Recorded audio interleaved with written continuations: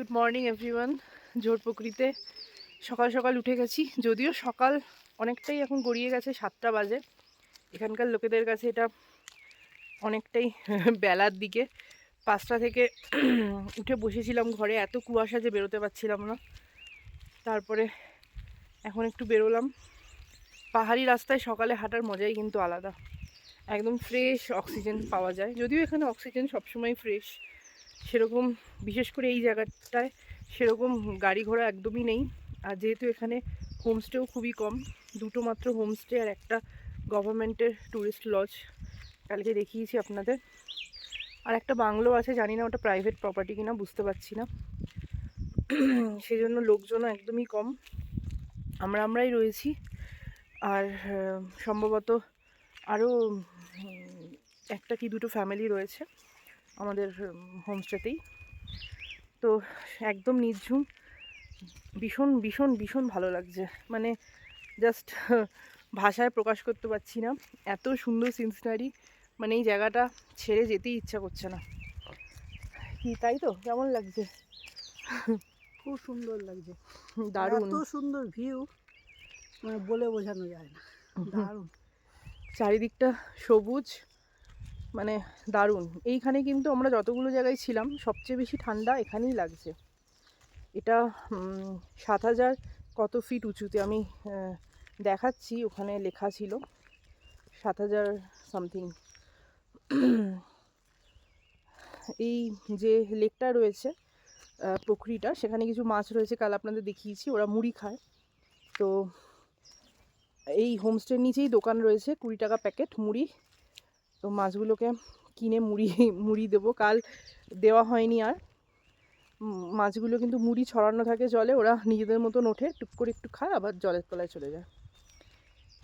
ভীষণ সুন্দর লাগছে লেকটা, বিভিন্ন কালারফুল মাছ রয়েছে।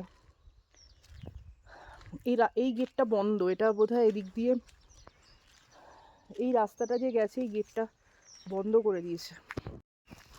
এতক্ষণ কুয়াশা ছিল, এখন রোদ উঠে বেশ ভালো লাগছে। এই নিচে একটা রাস্তা রয়েছে, কিন্তু এই গেটটা দেখছি বন্ধ, নাহলে ওই রাস্তাটা দিয়ে একটু ঘুরে আসা যেত। রোদটা উঠে যেন আরও সুন্দর লাগছে, পাইন গাছের উপর রোদ পড়ছে, মানে দারুণ।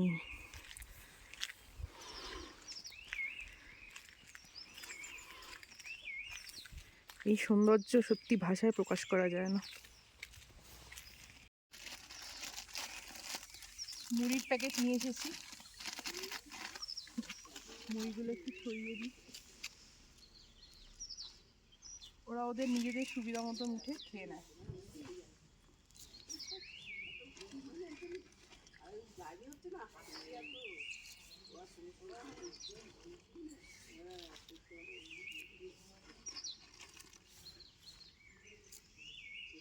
ধারে প্রচুর ব্যাঙাচি রয়েছে।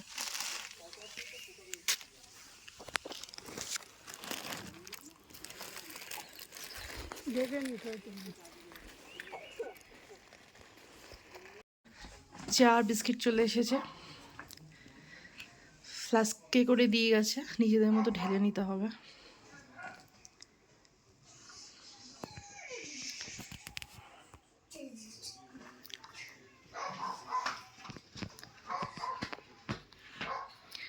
ডুগুও ঠান্ডা একটু চা খাবে, তাই তো ডুগু? গরমা গরম ব্রেকফাস্ট চলে এসেছে, লুচি, অমলেট আর আলুর তরকারি,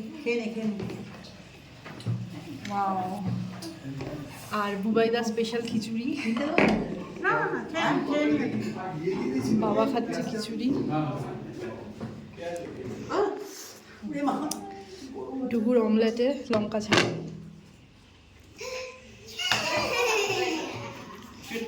আমরা ঝোরপুকুরি থেকে বেরিয়ে গেছি এনজিপির উদ্দেশ্যে। যাওয়ার পথে 2-3টে সাইট সিন আছে, গোপালধারা টি স্টেট, সীমানা ভিউ পয়েন্ট, মিরিক হয়ে তারপরে এনজিপি যাব। এখন সীমানা ভিউ পয়েন্টের কাছাকাছি চলে এসেছি, এখন আবার বৃষ্টি শুরু হয়েছে। আমরা পুষ্পতি মার্কেটের দিকে চলে এসেছি, কিন্তু প্রচণ্ড জ্যাম, বৃষ্টি পড়ছে বলে আর সীমানা ভিউ পয়েন্টে নামিনি। এখন দেখা যাক এখানে নামতে পারি কিনা। প্রচণ্ড জ্যাম রাস্তায় এবং সাথে হালকা বৃষ্টিও হচ্ছে। পশুপতি মার্কেটে চলে এসেছি আমরা, নেমেছি। এখানে অনেক দোকান রয়েছে, ওখান থেকে চেকিং পোস্ট আছে, ওখান থেকে আধার কার্ড দেখিয়ে আমরা ভেতরে ঢুকবো নেপালে। চেকিং পয়েন্টে ভিডিও করা বারণ আছে, ওখানে আধার কার্ড দেখিয়ে তারপর ঢুকতে হয়। হচ্ছে নেপালের গেট। এখানে প্রচুর দোকান রয়েছে, এখান থেকে গাড়ি পাওয়া যায়, 300 টাকা করে নেয়। একদম নেপাল ভেতরে নেপাল মার্কেটে গিয়ে নামিয়ে দেয়, আবার নিয়ে আসে।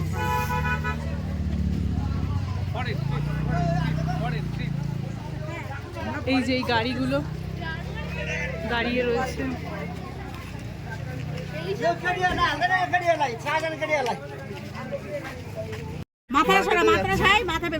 গাড়িতে উঠে গেছি।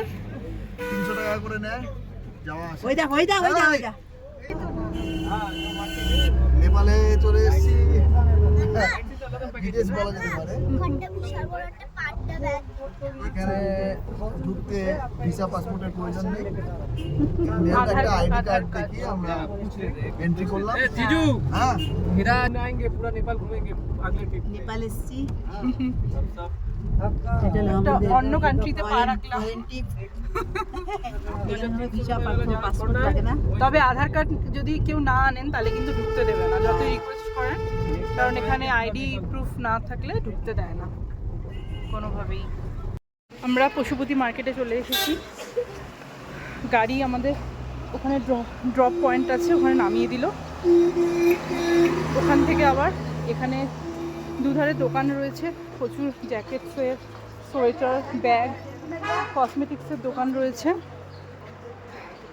দেখে টেকে কেনাকাটা যদি করতে চান করে আবার ওই ট্যাক্সি ড্রপ পয়েন্টে গিয়ে দাঁড়াতে হবে। ওখান থেকে আবার যে কোনো একটা গাড়ি, মানে এমন নয় যে যেই গাড়িতে এসছেন সেই গাড়িতেই উঠতে হবে, যে কোনো একটা গাড়ি ওখানে প্রচুর রয়েছে, উঠে যেতে হবে। একটা টোকেন দিয়ে দিয়েছে, ওই টোকেনটা দেখালেই হয়ে যাবে। এখন এখানে প্রচুর দোকান রয়েছে, কেনাকাটা করে ঘুরে একটা টেম্পল রয়েছে শিব ঠাকুরের, পশুপতি টেম্পল নয়, পশুপতি টেম্পল দূরে। যদি কেউ সাইট সিন করতে চায় তাহলে 800 টাকা। আমরা করছি না, আমরা এর আগেও এসেছিলাম, তাই আমরা একটু হালকা মার্কেটটা ঘুরে আবার রিটার্ন করি। আচ্ছা, আমরা যেখানে আমাদের গাড়ি ড্রপ করেছিল সেখানে কিন্তু যেতে হলো না, এটা হচ্ছে পিক আপ পয়েন্ট। এখানেই টোকেনটা দেখিয়ে এখান থেকেই উঠে যাচ্ছি আমরা। আমরা এখন পশুপতি থেকে বেরিয়ে গোপালধারায় টি এস্টেটে এসেছি, এখানে লাঞ্চটা করলাম। এর মধ্যে বৃষ্টি শুরু হয়ে গেছে জোরে।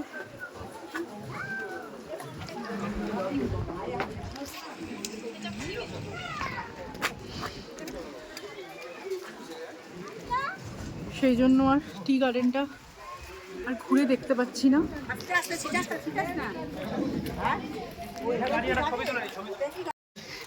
অনেকেই যাচ্ছেন কিন্তু নিচটা প্রচণ্ড কাদা এবং পিছল, তাই আমি আর ডুগুকে নিয়ে রিস্ক নিলাম না, দূর থেকেই দেখে নিলাম।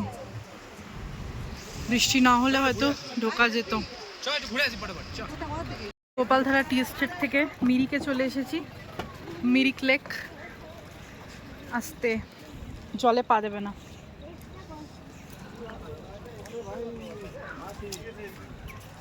এখানে টিকিট কাটতে হয়, এন্ট্রি ফি রয়েছে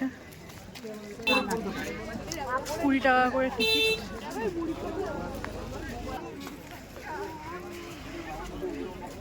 জলটা দেখে জলে পা দেবে না।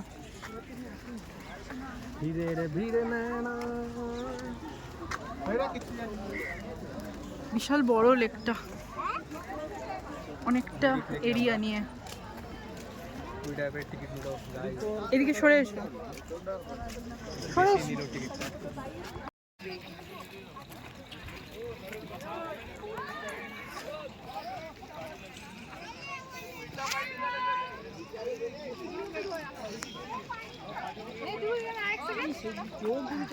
ডুগু জলের মধ্যে পা দিও না, আস্তে আস্তে।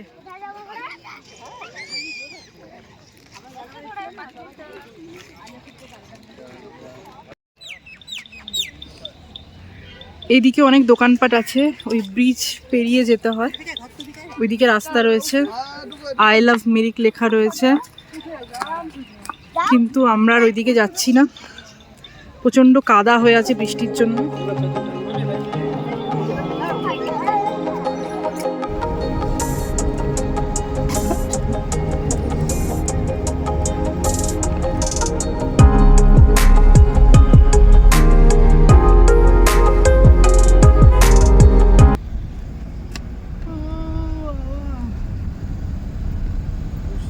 ফাইনালি আমরা এনজিপি স্টেশনে চলে এসেছি।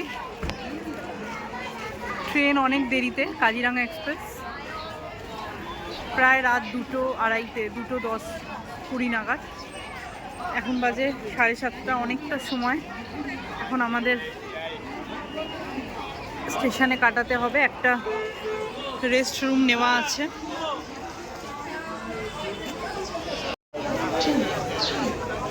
এখানে ভালোই গরম, 27 ডিগ্রি প্রায় টেম্পারেচার। আমি সোয়েটার পরে আছি। এখনো শীতের আমেজ ওর কাটছে না, রেস্টটা কাটছে না। কেমন লাগছে? আমার ভালো লাগছে, অ্যাকচুয়ালি আমার অসুবিধা হচ্ছে। ওকে দেখছে আমাকে কি করে আছে। এখন মনে হচ্ছে কতক্ষণে বাড়ি যাব, অনেকটা সময়, এটাই একটা মুশকিল।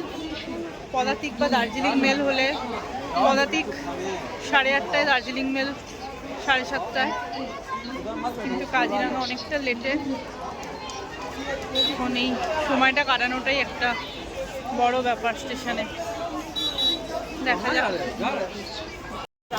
আমাদের সাথে বুবাইদা এতদিন ছিল, বুবাইদাই আমাদের সব ব্যবস্থা করে দিয়েছে। আপনারা যদি 9 দিনের ট্রিপ আজকে শেষ হলো, 27 তারিখ শুরু হয়েছিল। একদম নিজেদের মতন হয়ে গেছে বুবাইদা। আপনারা যদি কেউ বুবাইদার সাথে যোগাযোগ করতে চান, করতে পারেন, বুবাইদাই সব ব্যবস্থা করে দেবে। বুবাইদা, আপনার নাম্বারটা বলে দিন একবার। 8436485003। ঠিক আছে, আমি ডেসক্রিপশন বক্সেও দিয়ে দেবো। বুবাই আমার ছোট ভাইয়ের মতো, ও একদম নিজের দাদার মতো করে আমাকে ঘুরিয়েছে। আপনারা অবশ্যই ওর সাথে যোগাযোগ করবেন, আর ট্যুর নিয়ে কোনো চিন্তা করতে হবে না। একদম বুবাইদার উপর একদম ভরসা করা যায় চোখ বন্ধ করে। আমাদের ট্রেন রাত 2:20-তে, এতক্ষণ তো বসে থাকা যায় না, তাই আমরা রেলওয়ের আইআরসিটিসির রিটার্নিং রুমে আছি। ডাবল ডিলাক্স রুম বুক করে রেখে দিয়েছিলাম,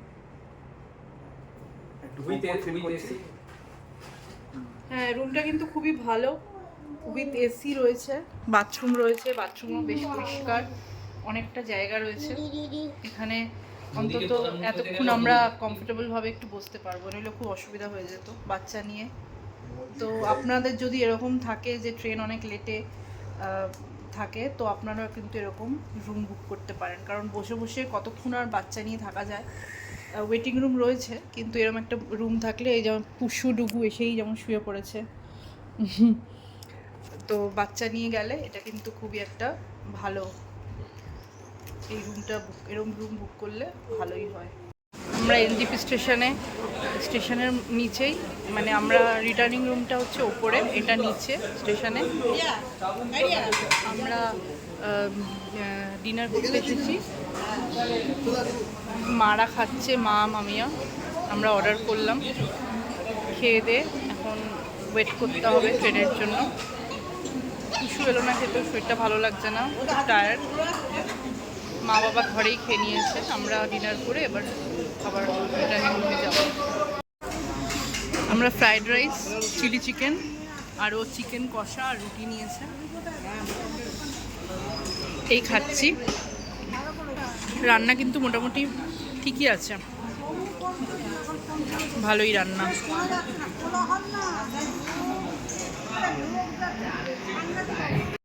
আমরা রিটার্নিং রুম থেকে বেরিয়ে গেছি, এখনও ট্রেন আসেনি, ট্রেন লেট 1 ঘন্টা 15 মিনিট।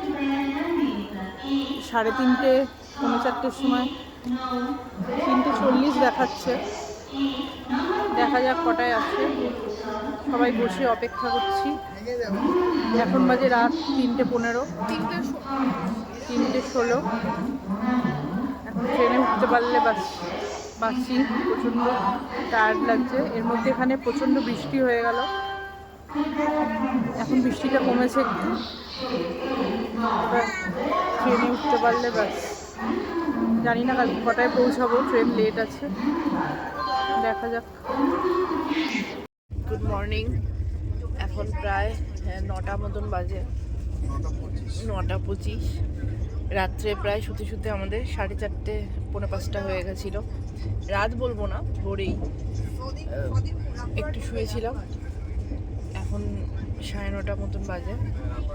চাটা খেলাম, এবার একটু হালকা ব্রেকফাস্ট করব। এখন রামপুরহাট ঢুকছে। ওই পৌঁছাতে কটা দেখাচ্ছে? প্রায় 1:10। 1:10 দেখাচ্ছে, ওরকম সময় ঢুকবো। হয়ে গেল।